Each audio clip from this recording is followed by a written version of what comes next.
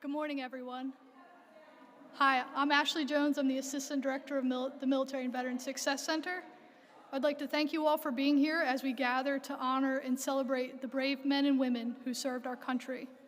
It's a privilege to stand among you, veterans, service members, families, and supporters, on this important day of remembrance and gratitude.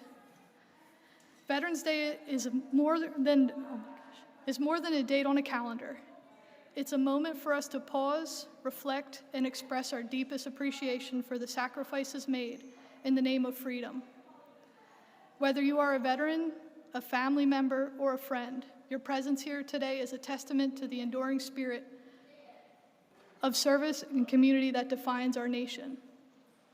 Today I stand before you as a child of military, someone who has had a unique privilege of growing up in the world filled with discipline, honor, and sacrifice.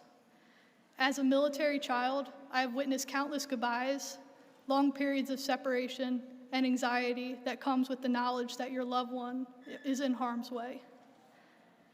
But I've also experienced a sense of community, resilience, and dedication that defines military families.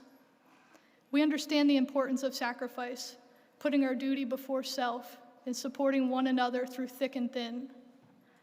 Veterans Day holds a special place in my heart, not just because of a day to honor our heroes, but because it's a day to reflect on the incredible sacrifices that my parents and countless others have made to serve our nation. Today, let us not pay our respects to the veterans not just our veterans who served, but acknowledge the families who stand alongside them. The unwavering support and love of military families make the service of our veterans possible.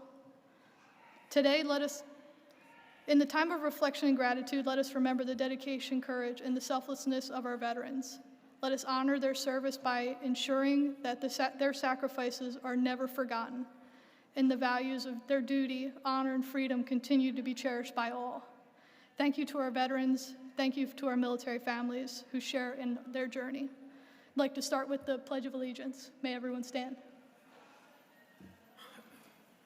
All right. I pledge allegiance to the flag of the United States of America and to the republic for which it stands, one nation, under God, indivisible, with liberty and justice for all. And would we be able to stay standing for the national anthem?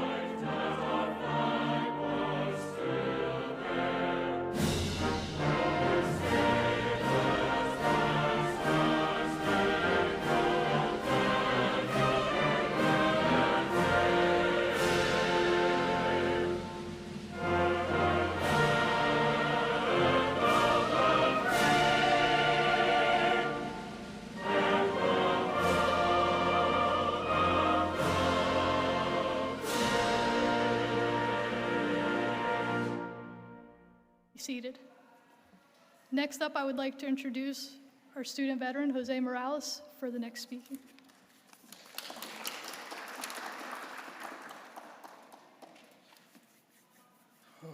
I'm not sweating, you're sweating. First, I would like to apologize. This speech does get a bit personal. So, good morning, everyone. My name is Jose Morales. I am a 36-year-old second-year student here at Stockton University and a proud veteran of the United States Army National Guard. I currently serve as the Vice President of Los Latinos Unidos and the Public Relations Officer for military affiliated students of Stockton. It is truly an honor to stand here today among fellow service members, families, supporters, to share a small piece of my story, one that I hope reflects the strength and resilience of all who have worn the uniform. At 17 years old, I decided to join the Army National Guard. Just a kid from Pleasantville, New Jersey, thinking I knew something about the world. My job was infantry, boots on the ground, carrying more than just gear. At 19, I volunteered to go to Afghanistan with the Georgia National Guard, Bravo Company 2121. It was not easy. The nights were filled with worry and days that pushed us to our limits, but we never left each other's side. When I came home, I thought the harder part was over. I was wrong. Within months of returning, I turned 21 and completely lost myself. I couldn't handle the civilian world. I couldn't handle the ungratefulness, the lack of discipline. Out there, I was somebody, part of something bigger than myself. Back here, I was just another face. Just another Puerto Rican kid with a bald head and tattoos. You know, there's a reason why I don't go out anymore on Veterans Day and get the free meals how everyone else does. I can't tell you the amount of times that I've been told that I've been betraying a soldier, that my ID was fake, that I didn't serve. Imagine that you coming home from a country that you served in, you get told those things.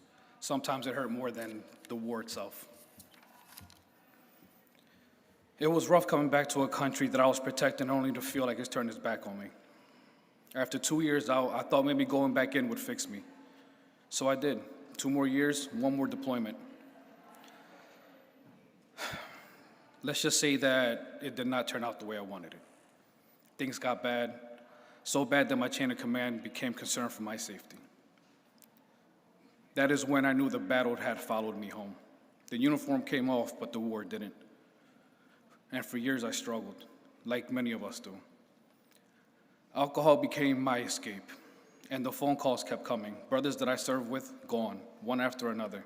Suicide, depressions, silence. Each call felt like losing a part of myself all over again.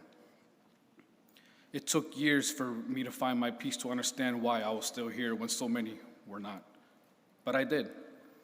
I found that in helping others, in performing acts of kindness, serving the community, and giving back to Stockton University, and also Military Veteran and Success Center. Throughout my involvement with the military-affiliated students of Stockton, I have been able to give that sense of purpose and new direction.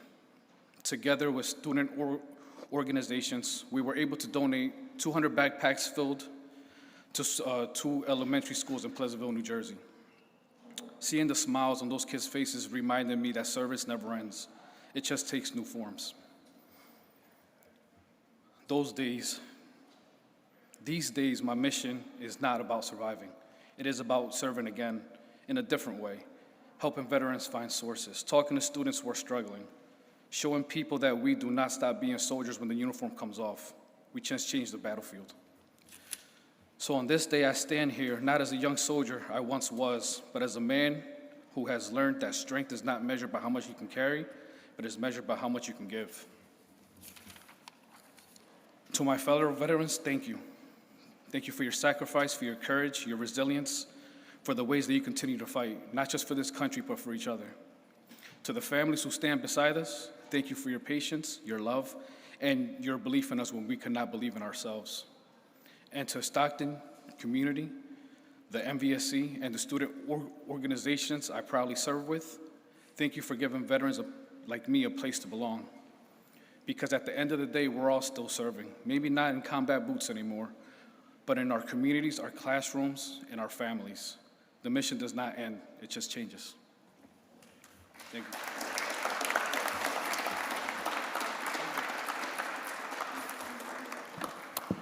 Thank you, Jose.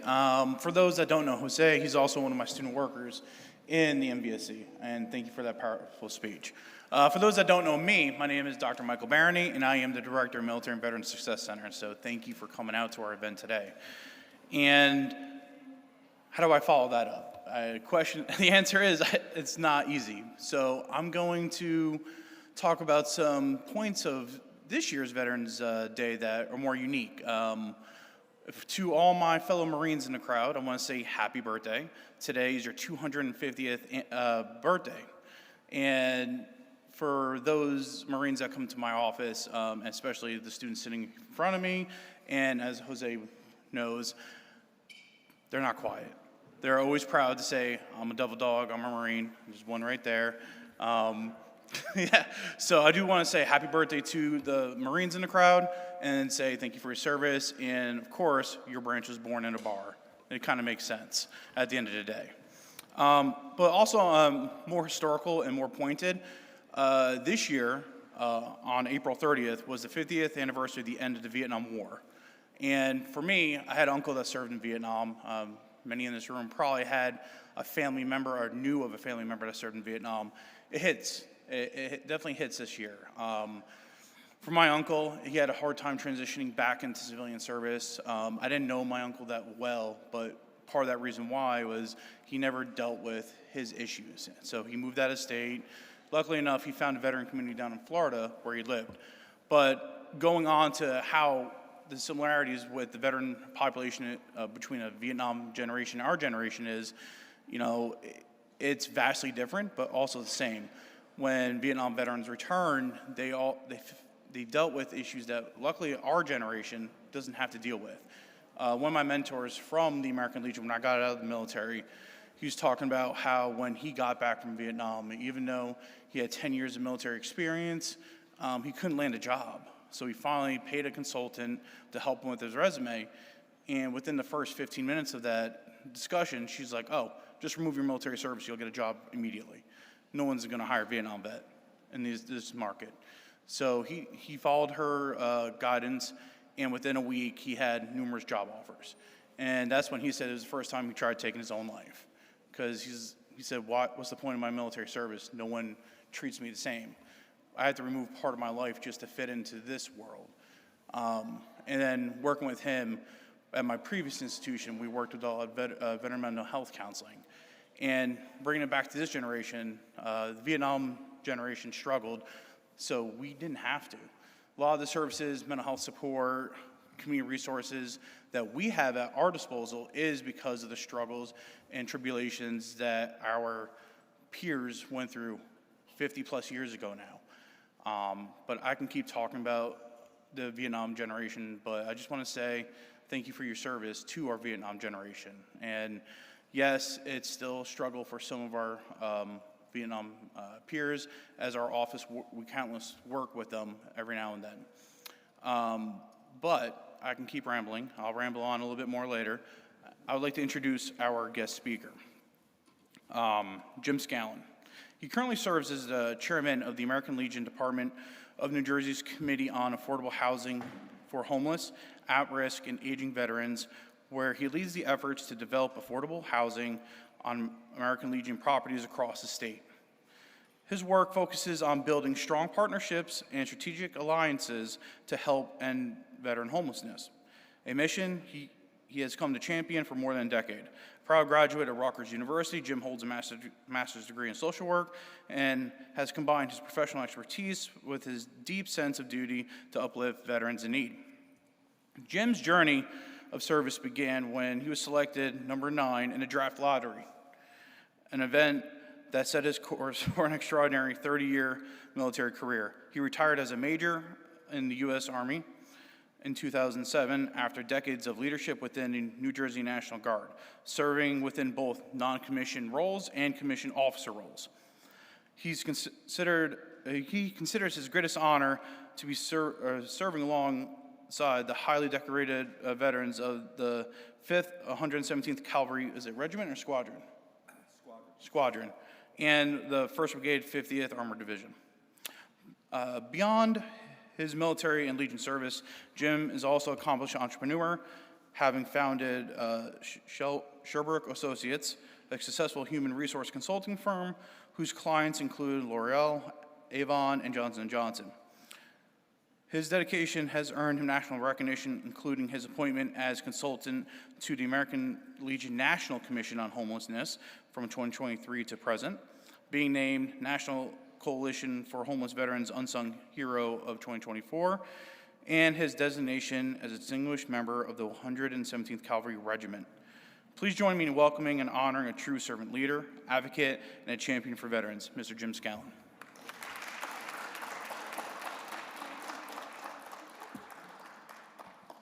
Thank you, Dr. Michael. Good morning. I don't have anything that I'm going to read. Maybe I'll talk a little bit. I listened to two, Jose and Mike. These guys come off of battlefields. They come back they're loaded with PTSD, they're loaded with traumatic brain injuries in many cases, and there's so many issues that are going on. I want to talk about how all of this ties into what mission that I've been handed by the Department of New Jersey American Legion. They handed me the mission about 4 years ago to put up affordable housing for homeless, at-risk, and aging veterans on American Legion-owned properties here in New Jersey. Well, I said to myself, how am I going to get that done? What do I know? What do I know about housing? So it's been a learning experience every day for the last 4 years, and it's good to learn when you're coming out of the Vietnam era. You get older and older, and it's exciting to learn.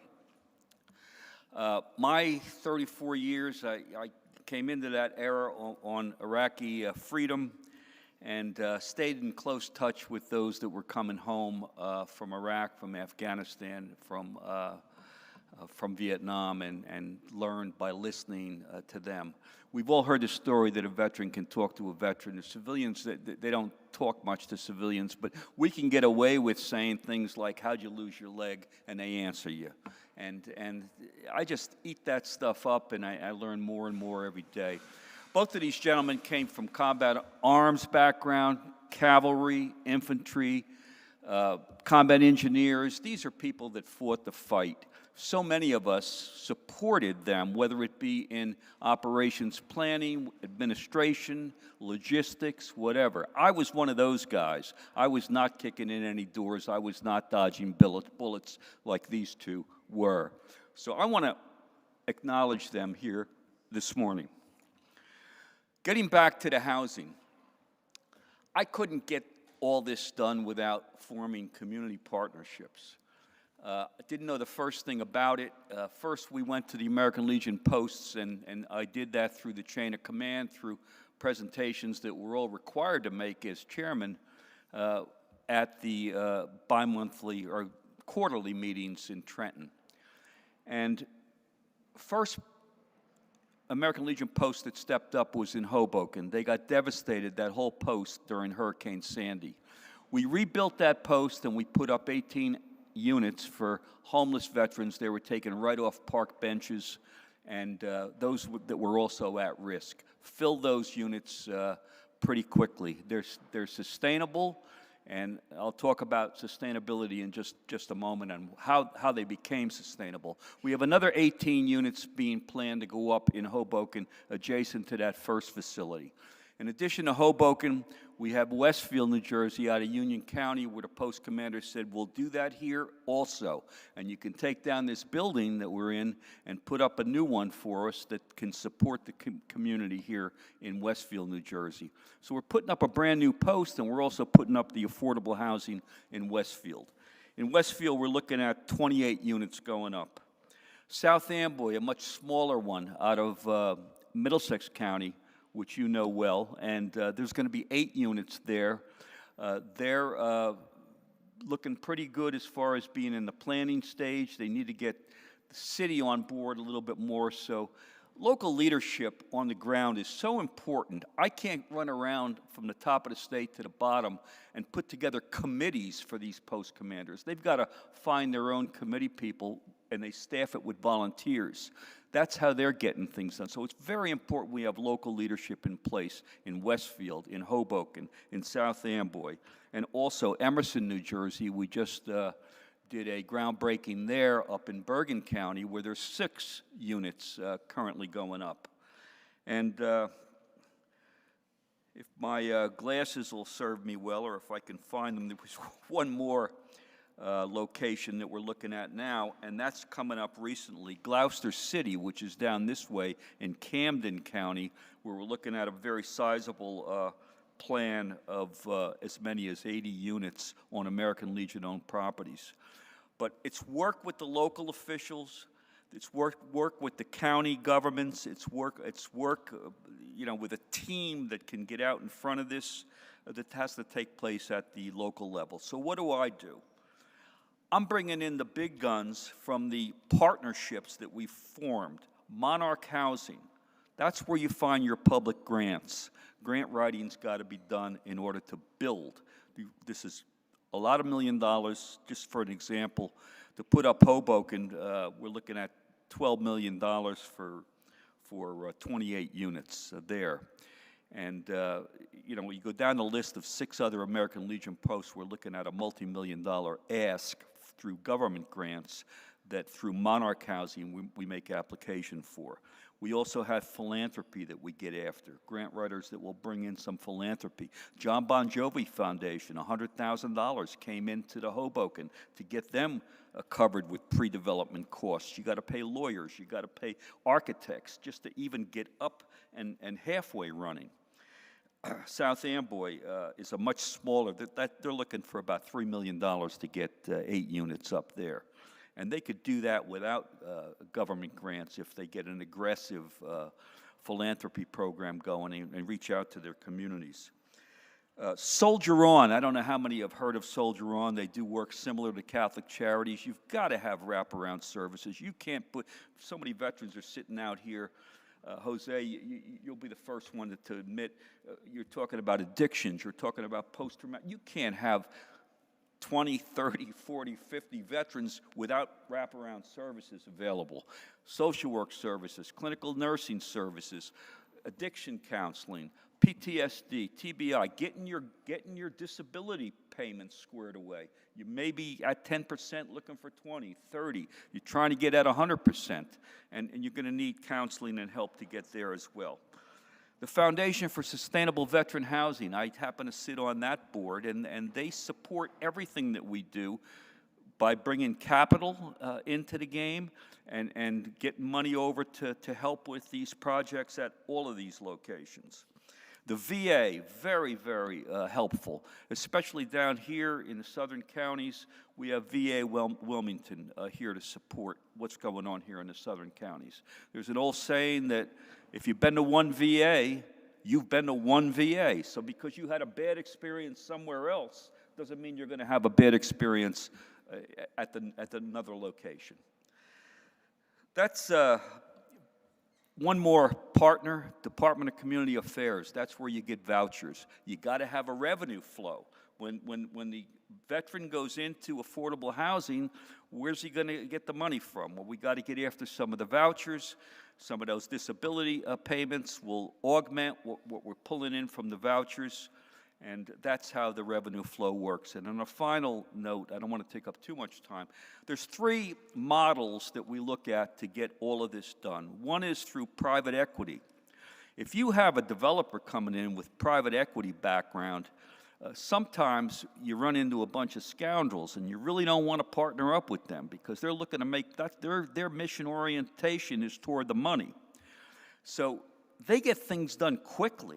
These projects that I'm telling you about are at 2 to 4 years in the works because we're after the public grant monies.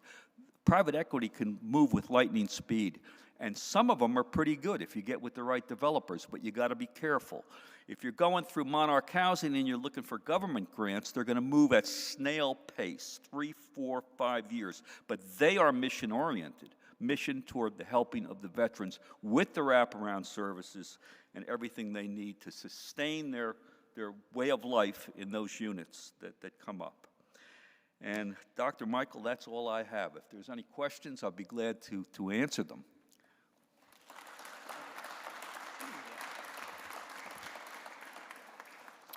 Thank you, Jim.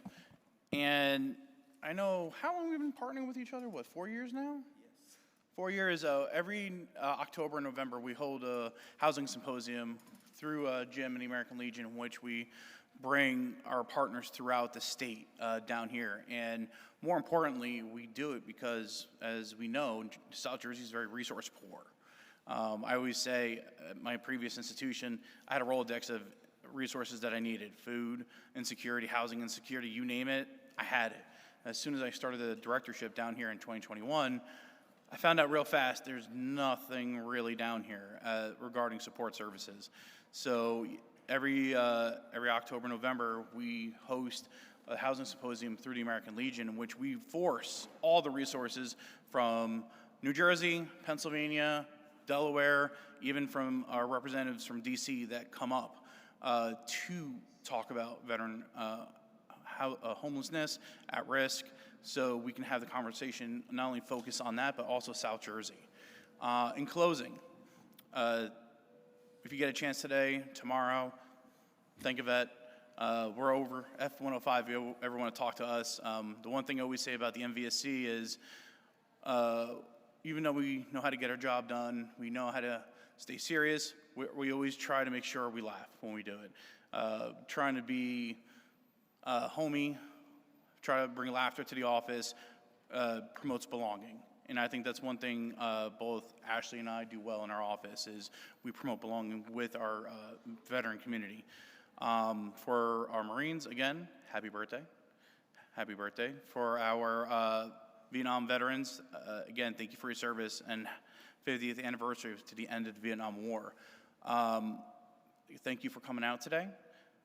This is the conclusion of our program. If you would like, over in the coffee house, we have our portraits of our students, our faces of Stockton's military-affiliated community, and we have some hors d'oeuvres that you can have while you're looking at them. Again, happy Veterans Day, and thank you for your service. Have a good day.